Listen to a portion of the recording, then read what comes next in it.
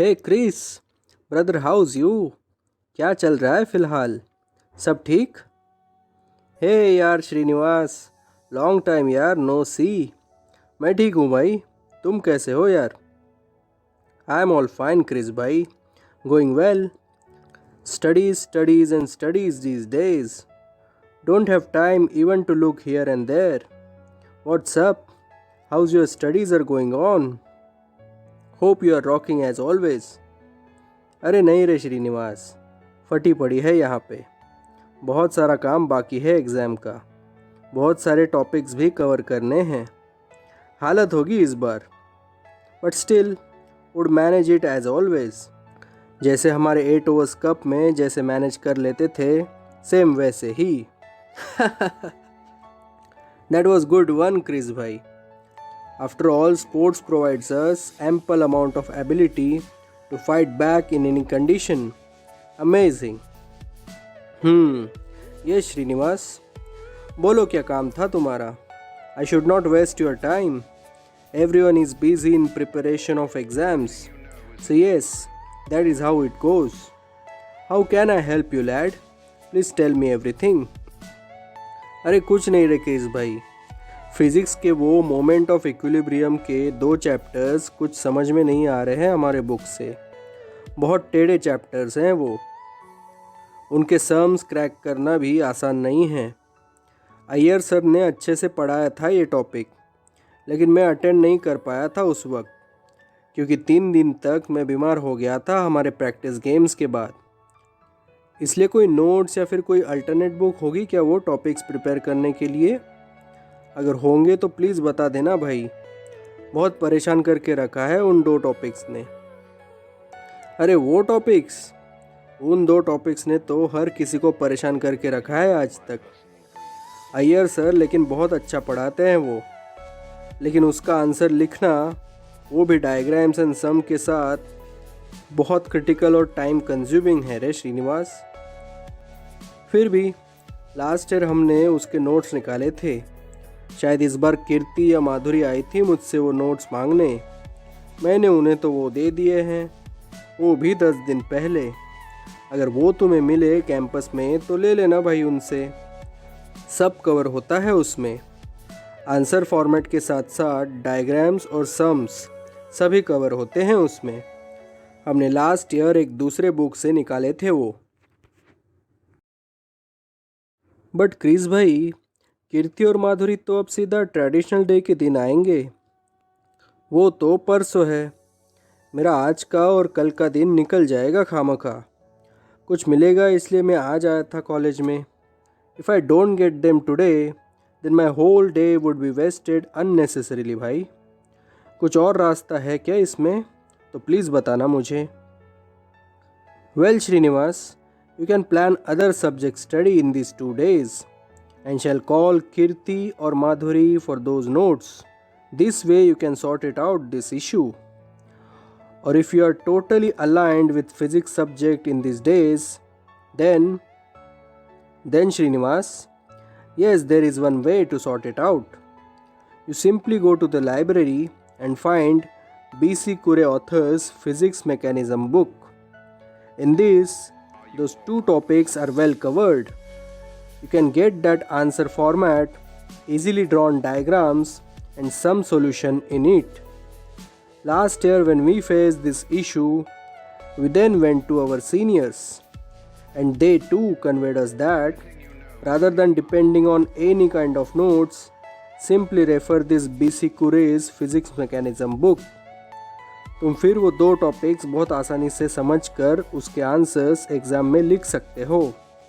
एकदम आसानी से सब कुछ एक्सप्लेन किया हुआ है उसमें, और 2 बार पढ़कर सब समझ भी जाओगे तुम। Last year we had same issue with those 2 topics. फिर हम में से कुछ स्कॉची पंछियों ने वो बुक को ढूंढा और उससे नोट्स निकाले और सबको सर्कुलेट कर डाले, और हमारा काम बन गया। वैसे हमारे रेगुलर फिज़िक्स बुक्स में ये टॉपिक्स तो समझ में ही नहीं आते, बड़े कॉम्प्लेक्स तरीके से लिखे गए हैं वो टॉपिक्स, समझ में ही नहीं आता। हे थैंक्स क्रिस भाई, good help bro. This will surely help me in my issues. मैं अभी जाकर वो बुक रेफ़र करता हूँ। पिछली बार देख रहा था मैं वो बुक लाइब्रेरी में, टाइम कम था इसलिए वो ठीक से पढ़ नहीं पाया। बाकी लोगों ने भी तारीफ़ की थी उस बुक की कि उससे रेफरेंस लेने के बाद काम बन ही जाता है अपना एग्ज़ाम्स में। लेकिन यार भाई Srinivas, you have to be very lucky enough to find that book in library at this exam times. If lot of people are after that book, फिर वो लाइब्रेरी में नहीं मिल पाएगी तुम्हें, समझे? एक बार ठीक से देख लेना भाई, शायद कोई वो उठा ना ले गया हो, वरना मारे जाओगे तुम खामखा। वक्त भी बर्बाद होगा तुम्हारा, समझे? देखना ठीक से वहाँ। Yes, that is true. Critical times this are Chris भाई। फिर भी थैंक्स भाई, वक्त निकाल कर मुझे गाइड करने के लिए, सच में। Eh don't be so formal Srinivas, we are together in one campus bro, so it is my duty to provide right solution on your issues. Do one thing, if you don't find that book in library then don't waste your time, finish your remaining work and directly go back to home and call Kirti or Madhuri for those notes and ask them to bring it at traditional day time, and don't forget to collect it. Meanwhile, I will try to arrange them if I get it from anybody. But in this way, you have to study something else in those 2 days. Do not waste any single minute. And please don't get frustrated, okay? Plan all things. सब subjects की पढ़ाई अच्छी तरह से plan करो और calculatively हर एक topic prepare करना भाई। जैसे तुम प्रैक्टिस गेम में टारगेट चेस करते वक्त रन्स गिना करते थे हर ओवर के लिए, सेम वैसे ही भाई। और हाँ, एक और बात, अगर वो बुक तुम्हें लाइब्रेरी में मिले तो सीधा झपट्टा मार लेना उस पे और लाइब्रेरी कार्ड पर इशू करवा के सीधा घर लेकर जाना, ताकि तुम वहाँ आराम से बैठकर सब पढ़ सको। यहाँ लाइब्रेरी फुल होती है इस एग्ज़ाम टाइम पर, ठीक से पढ़ नहीं पाओगे यहाँ बैठे बैठे। और अगर तुमने बुक पढ़ के फिर से वापस रख दी तो समझो गायब हो गई वो वहाँ से, समझे? इसलिए एग्ज़ाम्स के वक्त जो भी लाइब्रेरी बुक तुम्हें लगने वाली हो वो पहले से ही इशू करके रख लेनी चाहिए अपने पास, क्योंकि वो लाइब्रेरी में दिखती नहीं उन एग्ज़ाम के दिनों, समझे?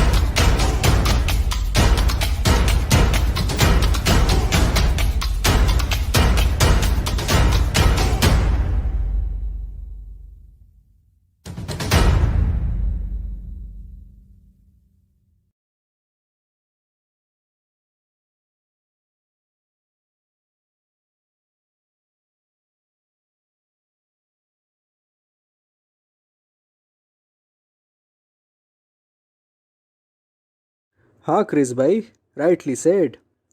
Your all ideas would definitely save my time in exam preparations. Thanks भाई. That is why it is said. Experience counts at difficult times for sure. और आपसे अच्छा ये सब कौन जाने क्रिस भाई। आप तो क्रिकेट मैच की तरह हर चीज़ में कोई ना कोई रास्ता निकाल ही लेते हो। शायद सालों से की गई कप्तानी का फ़ायदा आपको इन सब कामों में हो रहा है। That is true Srinivas. एक खिलाड़ी एक रिस्ट्रिक्टेड चीज़ों के बारे में सोच सकता है, लेकिन एक कप्तान को हर छोटी छोटी बहुत सारी चीज़ों के बारे में सोचना पड़ता है भाई। और सच कहा तुमने श्रीनिवास, ये एक्सपीरियंस ऐसे चीज़ों में बहुत काम आता है हमें। इसलिए वक्त हो तो चीज़ें सीखने की कोशिश कर लेनी चाहिए हमें Srinivas. I know all those troubling times and how to come out of it with great guns. Luckily, Mishra sir has helped me a lot at it, and that is how my all capabilities increased in no time.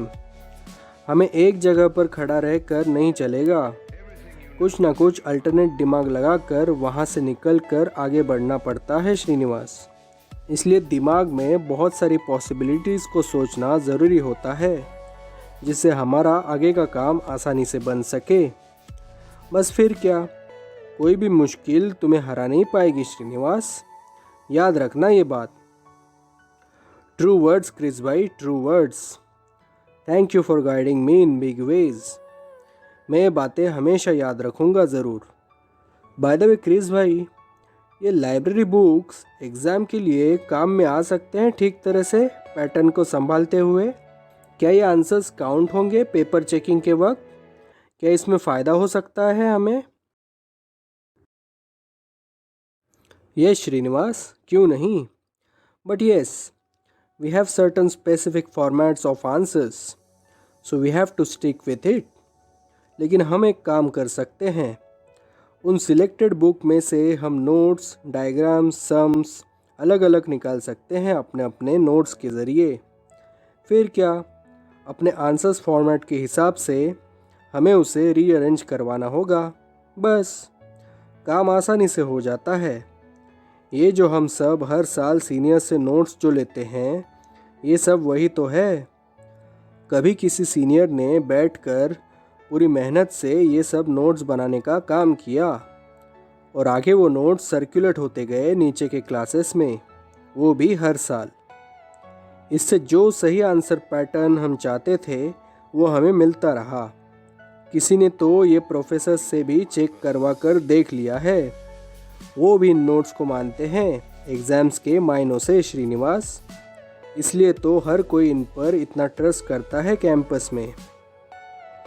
हाँ Chris भाई, ये बात तो एकदम सही कही आपने। सच में कितना क्या कुछ सीखने के लिए है कैंपस में, बस नज़र और दिमाग खोलने की देरी है। फिर हर चीज़ का कोई ना कोई तोड़ निकाल ही सकते हैं हम लोग। और ये एक बहुत बड़ी बात है एक ऑलराउंड स्टूडेंट बनने के हिसाब से। हमें हर काम में अपना एक अलग दिमाग यूज़ करने का मौका जो मिल जाता है, फिर ऐसी एक एक करके बहुत सारी चीज़ें हम एक साथ लेकर एक बहुत बड़ा काम अंजाम तक पहुंचा सकते हैं। और इससे हम कभी किसी काम में हार का मुंह भी नहीं देख सकते। Yes, truly said Srinivas, you are getting it right buddy. अब ज़्यादा देर ना करना, जल्दी से जाओ लाइब्रेरी में और बुक ढूंढो जल्दी जल्दी। कार्ड पे बुक इशू कर लो और एग्ज़ाम तक उसे पढ़ लेना ठीक से। अगर बुक ना हो वहाँ तो प्लान बी तो मैंने तुम्हें समझाया ही है।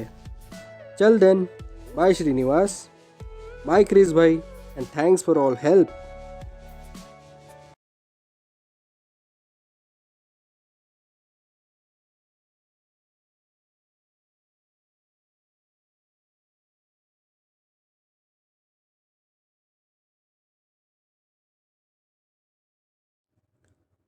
यह पूरे दिन के पढ़ाई के बाद रात को जब सोने का वक्त होता है, तब एकता को नींद नहीं आ पाती। जाहिर सी बात है, रविराज के अपने राज के बारे में वो इस वक्त सोच रही थी। सुबह कैंपस में शाहिद और ईश्वर ने एकता को ट्रेडिशनल डे के बाद पार्टी में चलने के लिए इनवाइट किया था, मगर एकता ने सीधे सीधे मना कर दिया उनको इस बात पर। और अब एकता का दिमाग न जाने पूरे दिन के मेहनत के बाद, पढ़ाई से थकने के बावजूद उन चीज़ों के बारे में न जाने क्यों सोचने पर मजबूर था। एकता ने एक लंबी सांस ली और फिर शाहिद और ईश्वर ने जो बातें कहीं उस पर वो गहराई से सोच रही थी। यही कि एग्जैक्टली क्या हो सकता था अगर वो उस पार्टी में चली जाती, या फिर क्या हो सकता है कि अगर वो उस पार्टी में ना जाए, जो उसने वहीं के वहीं उन दोनों को बतलाया था। एकता एकदम गहरी सोच में पड़ गई थी। राज के बिना उसे जीना एक नरकवास लग रहा था, और होता भी क्यों नहीं। उसकी पूरी दुनिया उसके राज के इर्द गिर्द तो सीमित थी, इसलिए वो भी उससे कहाँ बच सकती थी। उसे सिर्फ एक मौका चाहिए था अपने राज के साथ दिल खोल कर बातें करने का, लेकिन वो मौका उसे ब्रेकअप के बाद आज तक नहीं मिल पाया। ऐसा नहीं कि उसने रविराज से, अपने राज से खुद चलकर बात करने की कोशिश ना की हो। उसने ज़रूर कोशिश की, हर बार की, लेकिन रवि को सामने देखकर, उसकी आंखों में छुपे राज को पढ़कर उसका हौसला टूट जाता था। कई बार तो उसने हिम्मत करके बात भी करनी चाहिए, लेकिन उसके राज ने जानबूझकर कई बार वहां से निकल जाना पसंद किया। शायद वो जानता हो कि एकता उससे अपने दिल की बात करने आई होगी, लेकिन पुराना वक्त याद करके, वो पुराने झगड़े याद करके रविराज ने उससे बात करना सही नहीं समझा। शायद आपस की शांति ही उन दोनों के उन जख्मों का इलाज थी। एकता ये बात भी समझती थी, लेकिन कब तक ये खामोशी चलती रहे। कभी तो उसे रविराज से बात करनी थी, कभी तो उसे अपने टूटे दिल का हाल बयां करना था, लेकिन ये सब हो ना सका। एकता ने कई बार कोशिश की, वक्त निकालकर घंटों रवि की राह देखकर उससे बातें करने की, लेकिन रविराज सामने आता और उसे वही तनाव उसकी आंखों में दिख जाता और वो कुछ ना कह पाती। बहुत बार तो एकता ने रवि और माधुरी को एक साथ अकेले अकेले बातें करते वक्त देख लिया था। ये उसके लिए तो एक बुरे सपने जैसा था। वो सब अपने आंखों के सामने देखना एक मौत थी एकता के लिए। फिर वो क्या करती? बिना कुछ कहे पलटकर वापस चली जाती। And she might have forced to think that maybe his Raj has moved on in his life. Maybe he has found out his true happiness. Maybe he got what he wanted as a pure happiness from life. All those things touched deeply in Ekta's mind, and she felt that it is better to see Ravi happy in his own ways. After all, what is love at the end of the day? It is the emotion in which you see your partner happy, very happy. Right? Very right. When your partner seems happy from inside, then only you can say he is in love. और ये तो सामने दिख रहा था एकता को कि रवि बहुत खुश दिखता था माधुरी के साथ हर वक्त। जब भी वो उन्हें एक साथ देखती, वो उन्हें खुश पाती एक साथ, और फिर उसे अपना वक्त याद आ जाता जब ब्रेकअप से पहले उन दोनों में हर बात पर झगड़ा हो जाया करता था।